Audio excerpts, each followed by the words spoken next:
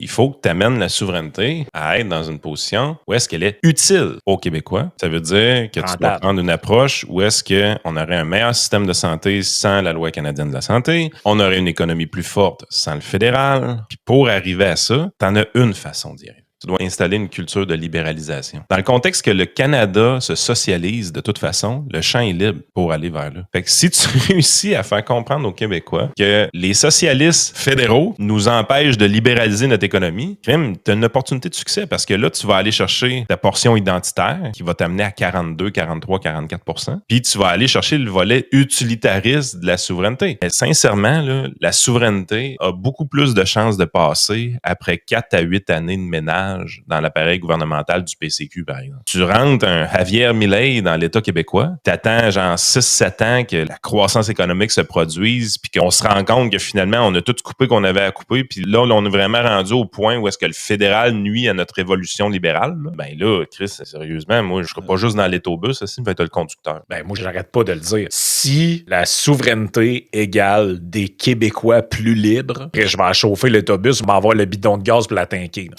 Mais ouais, du gaz, le Frank, là. Ouais, ah ouais, full à gaz. C'est fuck l'électrique. Si ton esti d'autobus est électrique, mange la merde. C'est un autobus Lyon.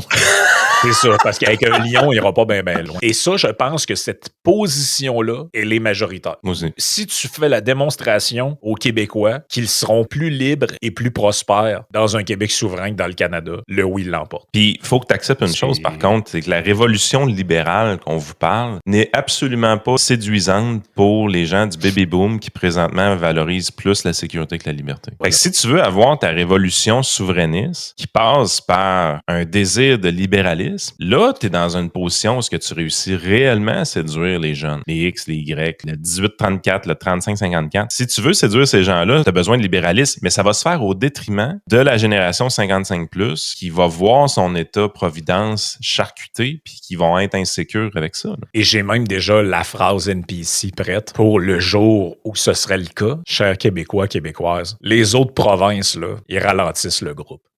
Mais la journée qu'on est capable de dire ça, pour vrai, man, c'est parfait, là.